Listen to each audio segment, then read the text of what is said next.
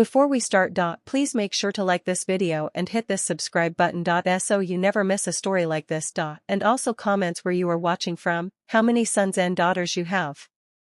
Thanks. My name is Janet. I'm from Tallahassee, Florida, and what you're about to hear, it broke my heart and lit a fire in me. I didn't know I had. I guess you have everything now, huh? My son? My voice cracked with fury as I stood in the middle of the kitchen, waving the torn bank statement like a white-hot flag of betrayal. My daughter-in-law Rachel stood there with her fake little innocent smile, one I'd learned to hate more than the lies that came out of her mouth, blinked slowly at me, then smirked. Actually smirked. "Janet, you're being dramatic," she said, her voice cold, bored. That flipped a switch in me I didn't know existed. I slammed my palm down on the counter so hard, the glass fruit bowl jumped. She rolled her eyes. "Oh, please, you act like you're some poor little victim. You've had everything handed to you. A house, a pension, your whole life taken care of by your husband's insurance. You don't even need the money. Meanwhile, we're raising a family." My hands started to tremble from rage, not fear. "Is that what you told yourself when you opened that credit card in my name? That you deserved it? Over $12,000 of charges, spa days, electronics, boutique clothes, all under my name, while I was sleeping in the room right above you?" And here's the worst part. My son stood behind her, silent, quiet as a grave. He wouldn't even look me in the eye. "Evan," I shouted, desperate. "Say something, please. Tell me you didn't know she did this. Tell me you're not okay with this." He looked at Rachel, then at the floor. "Mom," he muttered, "we're a team now, me and Rachel. We thought you'd understand." Understand? Understand that my own son sided with a woman who stole from me? That was the moment I felt my chest cave in like a collapsing tunnel, but I didn't cry. Not in front of them. I straightened my spine, stared Rachel dead in the eye, and said, "You can have the guest room. You can have the dinners I cook every night. But you will never have my name or my dignity. Not anymore." I stormed out, fists clenched, heart pounding so loud it echoed in my ears. I didn't care that it was raining. I didn't care I had no coat on. I needed out of my own house, my own home, turned into a battlefield, and I hadn't even seen the war starting. If you've ever felt betrayed by the very people you opened your heart to, it's about how quiet mothers become roaring lions when they're pushed too far, how one sleepless night and one phone call from the bank exposed a web of lies I never thought possible, and how, in the end, karma came louder than I ever could have shouted. Keep watching, because the woman they underestimated, she was just getting started. Asterisk, I didn't sleep that night. Not a wink. I lay there in bed, staring at the ceiling fan, spinning in slow, lazy circles, wondering where I went wrong. How did I raise a son who could stand silent while his wife drained my account and then gaslight me like I was the crazy one? I thought back to everything I had done for them. When Evan lost his job during the pandemic, who kept their lights on? I did. When Rachel got pregnant, who cooked, cleaned, and practically raised little Noah those first 2 years while she recovered? I did. I skipped cruises with my friends, canceled book club weekends, even dipped into my savings so they could have diapers, car seats, comfort, and now I was being repaid with lies and fraud, like I was just some old burden in the basement. It was the next morning when I got the call that broke the dam. "Mrs. Hill," a woman's voice said through the line, trembling. "This is Denise from Sunbank's Fraud and Security Division. I wanted to personally reach out before freezing your account.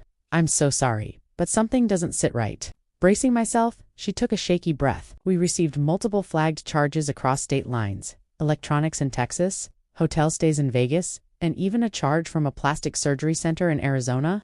We traced it to your name, your ID, but the signatures didn't match. We pulled surveillance footage. Mrs. Hill, the person using your card, isn't you. She's a much younger woman." And then I heard it. The break in her voice. I shouldn't say this, but my mother was scammed by her caregiver the same way. "I can't imagine how this must feel," I whispered. "I know exactly who did it." She didn't have to say more. I'd seen enough, felt enough. Rachel wasn't just shopping for groceries or clothes. She was funding an entire secret life behind my back. All on my credit. But what really broke me was realizing Evan must have known. No one stays that blind unless they choose to. After I hung up, I walked downstairs. I didn't knock. I didn't clear my throat. I just walked in on them eating breakfast, like nothing happened, like we hadn't just had a screaming match the night before. Rachel turned toward me, fake smiling, with syrup on her lips. "Good morning, Janet. Feeling better?" I laid the phone on the table and hit play. Denise's message came through on speaker, word for word. Rachel's smile froze. Evan put down his fork, but still silence. When the message ended, I looked. at them both and said, "As steady as I could manage, you have 5 days to move out. After that, I'm calling the police." That's when Rachel stood up, slamming her hands down like she was the victim here. "Are you kidding me?" she yelled. "You're going to throw your family out over a misunderstanding? We have a child. Where's your compassion? Compassion?" I laughed bitterly. "Is that what you call what you did? Compassion? You stole from me, you lied, and Evan, you let it happen." He finally looked at me, and all I saw was shame. Good, he should have felt it. "You know what?" Rachel spat, grabbing her purse. "This whole martyr act of yours is exhausting. You're not a saint, Janet. You just need people to need you. That's your real addiction." That cut deep because maybe once it had been true. But not anymore. "No," I said softly, but firmly. "My only addiction was believing you were ever family." And with that, I walked away for the first time with no guilt in my chest. Asterisk, it didn't take long before the lies started spreading. Not just in my house, but through the whole family. The moment Rachel realized I wasn't bluffing about calling the police, she went into survival mode. And for someone who knew how to smile, sweet, and stab with words, survival mode meant attack by the next morning. My sister-in-law called me in tears. "Janet, I don't know what's going on over there, but Rachel says you had some kind of breakdown, that you're accusing her of crazy things. Are you okay? Should we come check on you?" I nearly dropped the phone. Breakdown crazy. I had proof in hand receipts, transactions, security footage. But somehow Rachel had already turned it into a pity party for herself. I gritted my teeth and said, "No, Michelle, I'm not having a breakdown, but I am done being a doormat." Because what Rachel was really afraid of wasn't just eviction, it was exposure. Think I was going senile, then face the fact that she used my credit card to pay for a Brazilian. But lived in Scottsdale. Yes? I saw the charge, but I wasn't about to play her game anymore. I froze all my accounts, locked every card, walked into the police station and filed a formal complaint. And then I did something I should have done months ago. I called a lawyer. Her name was Adrienne. Sharp, serious, the kind of woman who didn't smile much but made you feel protected just by standing next to her. She looked over the bank statements, the texts, even the security footage Sunbank sent over. She nodded once and said, "We have enough to start. Identity theft, fraud, and possibly elder abuse, depending how far this goes." I blinked at that last one. Elder abuse. I'm only 62. She raised an eyebrow. Legally, it applies. Financial abuse of a senior starts at 60. And if your son knew or benefited in any way, we name him too. For a second, my heart squeezed. Evan, my baby boy. I didn't want to see him behind bars. But then I remembered how quiet he sat while Rachel screamed in my face. How he looked away when I cried in that kitchen. How many dinners I paid for. Card he'd ever made me and put them in a box. I wasn't burning them, not yet. But I couldn't look at them anymore. I wasn't sleeping much, but I was focused. And it was about time the next time Rachel knocked on my door. It wasn't to apologize, it was to threaten me. She stood there in yoga pants and sunglasses like she was still queen of the house, with her phone in hand and a smirk that made my blood boil. "You sure you want to go through with this?" she said calmly. "Because if you try to press charges, I will countersue defamation, emotional damage, and Evan's ready to back me up. We'll tell him you gave us permission." "Permission?" I nearly laughed. "To rob me blind." "You paid for everything before," she said with a shrug. "What changed? You didn't say I couldn't use the card?" My voice dropped to a whisper. "I'm done saying. Now I'm showing." And then I handed her a letter notarized by Adrienne stating that all communication was to go through legal channels moving forward. No more breakfast table arguments. No more fake kindness. From that point on, she was a defendant, and I was her plaintiff. The look on her face twisted for just a second. That mask of smug superiority cracked. And then she turned on her heel and walked away, muttering something under her breath. I couldn't quite hear, but I didn't need to, because I had already won the first battle. I didn't cry that night. I didn't shake. I didn't second-guess myself like I had the first few times. I made a cup of tea, turned on the porch light, and sat in silence with myself, because the truth was, my bank account wasn't. The only thing they tried to empty. They tried to drain my dignity, my voice, my trust in my own mind.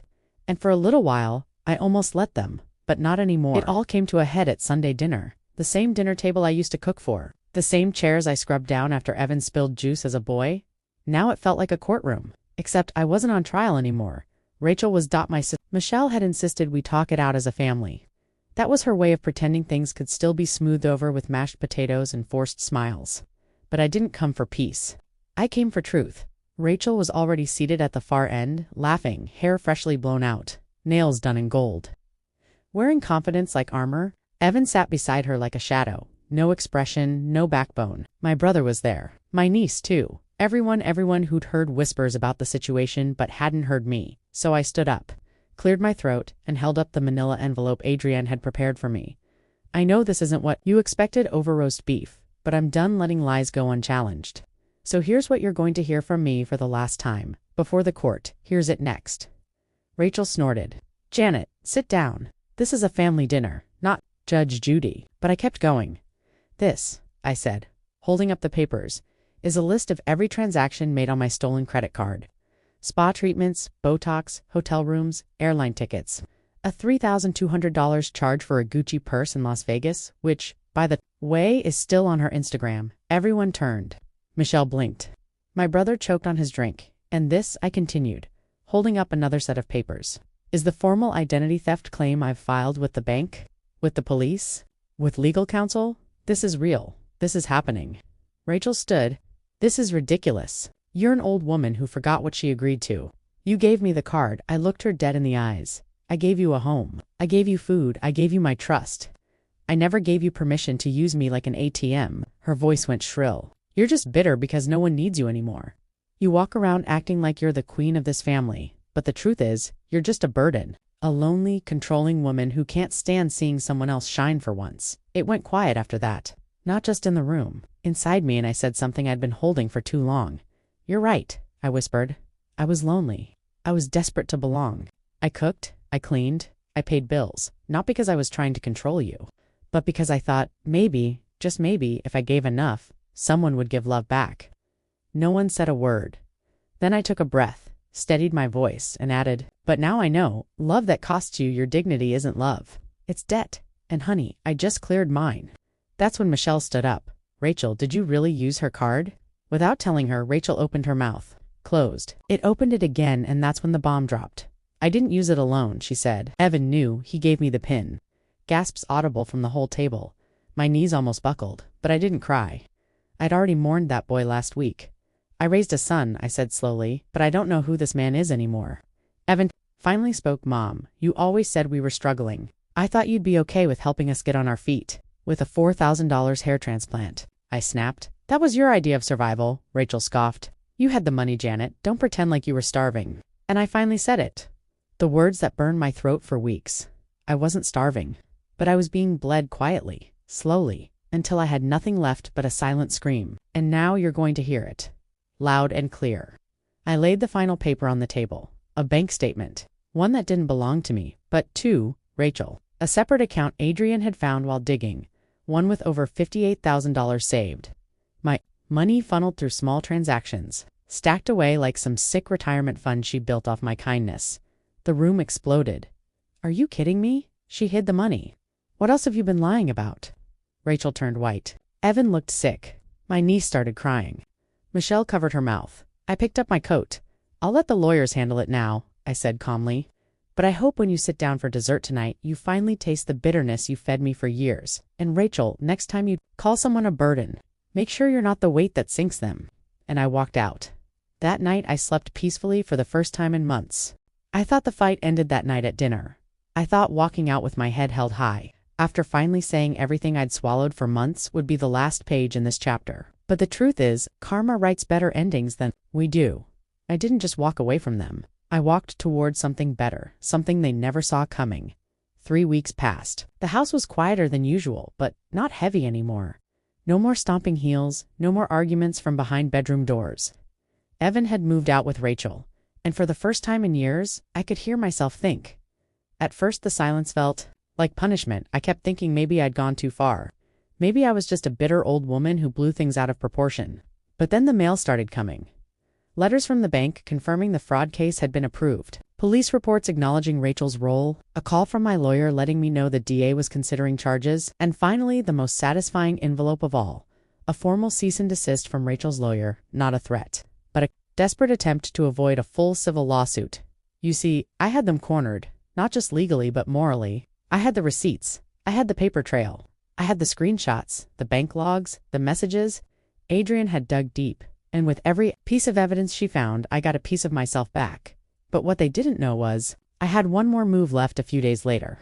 I met with a woman named Linda. She runs a local nonprofit that helps senior women rebuild their lives after financial abuse. Yes, that's a real thing. And when I told her what had happened, she hugged me. She said, "You are not alone. You're not crazy, and you're stronger than you think." That night, I donated $10,000, the same amount Rachel had drained over the last year to Linda's nonprofit. And in that moment, I realized she hadn't taken everything. She thought she drained my account, but she didn't touch my purpose. She didn't erase my worth. And then came the day I saw her again. It was at the grocery store. She didn't see me at first. She was at the register fumbling with her phone. The cashier asked her to swipe her card again, declined. Swipe again. I stood 2 carts behind her, quiet, watching. And then I stepped forward. "Need help, Rachel?" She turned slowly. Her face drained of color. Her mouth hung open. "Janet," she said, eyes darting toward the cashier. I didn't know you shop here." I smiled. "I do now that I have full access to my own accounts again." She shifted. "This must look bad." "Oh, it is bad," I said, tilting my head. "But it also looks like exactly what it is." There was silence. Just the beep of the scanner and the awkward shuffle of feet behind us. She looked at the groceries, then at me. "Could you just this once cover it? Evan's been out of work. Things are tight." I leaned in, not angry, not bitter, just done. "I covered you for a year, behind my back, with stolen trust, so no, Rachel. This time you'll learn what it feels like to be left holding the bag." I walked away. No scene, no screaming, just dignity. And that night, as I tucked myself into bed with chamomile tea and the latest book club read, I smiled. I wasn't the villain in someone else's story anymore. I was the hero in my own. My name is Janet. I'm from Colorado. For too long, I let silence protect those who didn't deserve it. I thought being kind meant shrinking myself. But kindness without boundaries isn't love, it's self-destruction. If you've ever felt used, dismissed, stolen from, not just your money, but your voice, I want you to know something. You can take it back. It's never too late to stand up and say, enough, because the strongest people are the ones who turn betrayal into boundaries and heartbreak into healing. Don't be afraid to speak your truth, even if your voice shakes, even if it costs you family, because sometimes losing people is how you finally find yourself.